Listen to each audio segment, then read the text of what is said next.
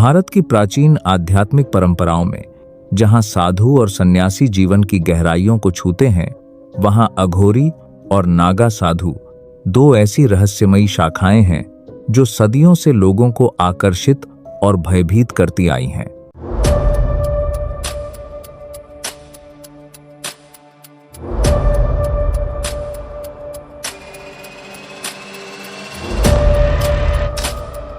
ये दोनों ही शिव भक्त हैं, लेकिन उनकी साधना के मार्ग अलग अलग हैं। एक मौत की गोद में जीवन की सच्चाई ढूंढता है, तो दूसरा योद्धा की तरह धर्म की रक्षा करता है।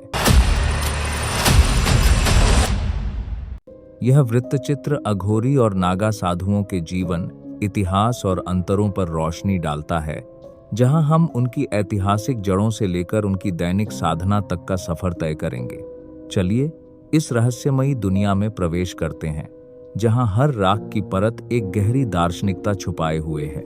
अघोरी संप्रदाय की जड़ें भारत के मध्यकालीन इतिहास में गहरी दबी हुई हैं। यह संप्रदाय कापालिक परंपरा से निकला है, जो तंत्रिक शिव भक्ति का एक गैर पौराणिक रूप है। इतिहासकारों के अनुसार कापालिक परंपरा 4वीं से 8वीं शताब्दी ईस्वी के बीच भारत में उभरी और अघोरी इसी का एकमात्र जीवित रूप है। मुख्य रूप से उत्तर प्रदेश में स्थित विशेषकर वाराणसी के श्मशान घाटों पर अघोरी साधु शिव की पूजा करते हैं, लेकिन उनकी साधना सामान्य से बहुत अलग है। वे मानते हैं कि शिव हर चीज में व्याप्त हैं, शुद्ध और अशुद्ध में कोई भेद नहीं। इस विश्वास के चलते वे मौत के साथ जीते हैं, श्मशान में निवास करते हैं और मृतकों की राख से अपने शरीर को लपेटते हैं। अघोरी का नाम संस्कृत के अघोर से आया है, जिसका अर्थ है भयरहित या डरावना नहीं। वे खुद को भय से परे मानते हैं, क्योंकि वे जीवन और मौत के द्वंद्व को पार कर चुके होते हैं। अघोरी संप्रदाय की स्थापना का श्रेय बाबा कीनाराम को दिया जाता है, जो 17वीं शताब्दी में एक प्रमुख संत थे। किंवदंती है कि कीनाराम ने 170 वर्ष तक जीवन जिया और उन्हें भगवान दत्तात्रेय का आशीर्वाद प्राप्त था। दत्तात्रेय को अघोरी ब्रह्मा, विष्णु और शिव के संयोजन के रूप में देखते हैं, जो उच्चतम संन्यास का प्रतीक हैं।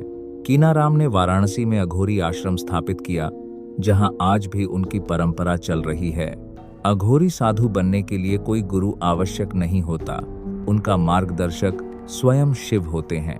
वे श्मशान में वर्षों तक तपस्या करते हैं, जहां मौत की सच्चाई से सामना होता है।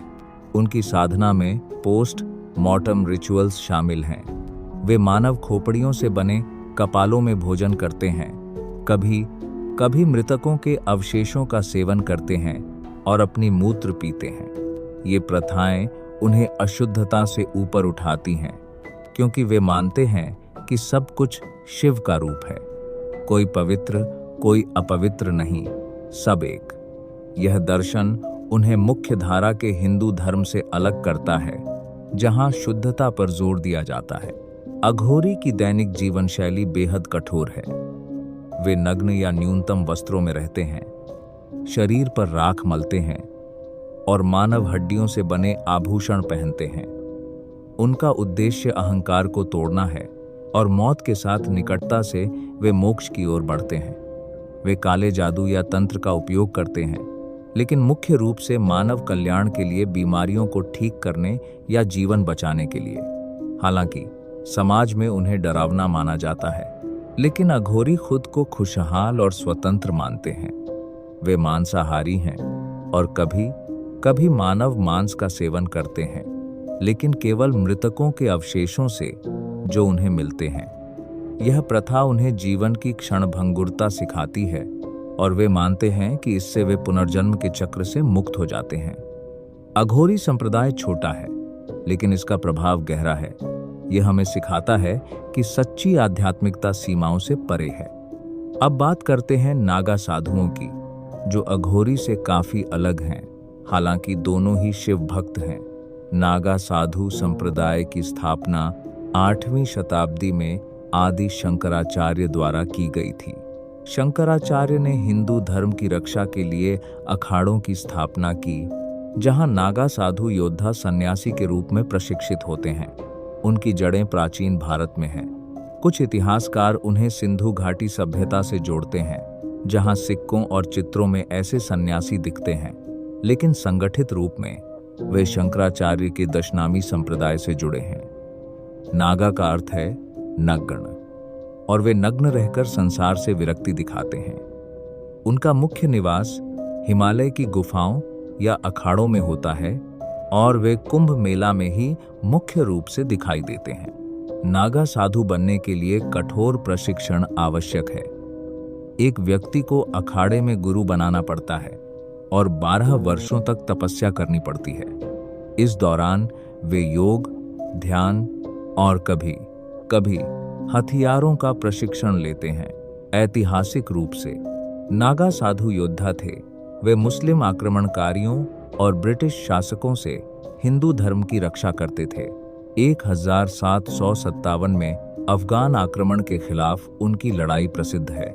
आज वे शांतिपूर्ण हैं, लेकिन उनकी परंपरा में रक्षा का भाव बना हुआ है। नागा साधु ब्रह्मचर्य का पालन करते हैं, दिन में एक बार भोजन करते हैं और कुछ शाकाहारी होते हैं, रक्षाकाहारी होते हैं, जबकि कुछ मांसाहारी। लेकिन वे मानव मांस नहीं खाते। उनका शरीर राख से ढका होता है, बाल जटाएं होते हैं और वे रुद्राक्ष पहनते हैं। उनकी साधना शांत और अनुशासित है। वे शिवलिंग पर बेलपत्र, जल और राख चढ़ाते हैं। नागा साधुओं का जीवन अपरिग्रह पर आधारित है। वे कुछ नहीं रखते, केवल शिव की भक्ति। कुंभ मेला में वे सबसे पहले स्नान करते हैं, जो उनकी प्रमुखता दिखाता है। वे 13 अखाड़ों में विभाजित हैं, जैसे जूना अखाड़ा या निरंजनी अखाड़ा। महिलाएं भी नागा साधु बन सकती हैं, लेकिन उन्हें भी कठोर तपस्या करनी पड़ती है।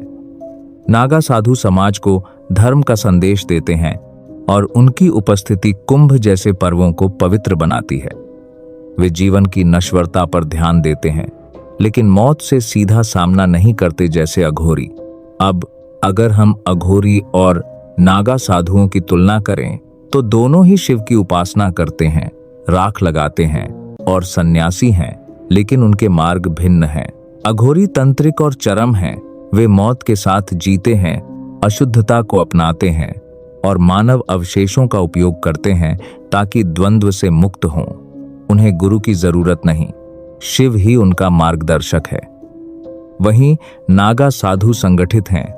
वे अखाड़ों में गुरु से सीखते हैं, योद्धा की तरह प्रशिक्षित होते हैं और धर्म की रक्षा पर जोर देते हैं। अघोरी मांसाहारी हैं और कभी मानव मांस खाते हैं, जबकि नागा में यह वर्जित है। अघोरी श्मशान में रहते हैं। अघोरी थार धर्महारी है, नागा हिमालय या अखाड़ों में। अघोरी का दर्शन गैर भेदभाव पर है, सब शिव है। नागा का दर्शन विरक्ति और रक्षा पर। दोनों ही मुख्य धारा से अलग हैं, लेकिन अघोरी को अधिक डरावना माना जाता है। फिर भी दोनों संप्रदाय हिंदू धर्म की विविधता दिखाते हैं। अघोरी हमें सिखाते हैं कि सच्चाई सीमाओं से परे है, जबकि नागा हमें अनुशासन और रक्षा का पाठ देते हैं। इनकी कहानी भारत की आध्यात्मिक विरासत का हिस्सा है, जहां हर मार्ग मोक्ष की ओर जाता है। जैसे गंगा की धारा में डुबकी लगाकर पाप धुलते हैं, वैसे ही इन साधुओं की साधना हमें जीवन की गहराई समझाती है। यह वृत्तचित्र हमें याद दिलाता है कि आध्यात्मिकता बहुआयामी है, कभी योद्धा की तलवार, कभी मौत की राख। अघोरी और नागा साधु दोनों ही शिव के अवतार हैं, जो हमें बताते हैं कि जीवन मौत से बड़ा नहीं और मोक्ष हर भेद से ऊपर है।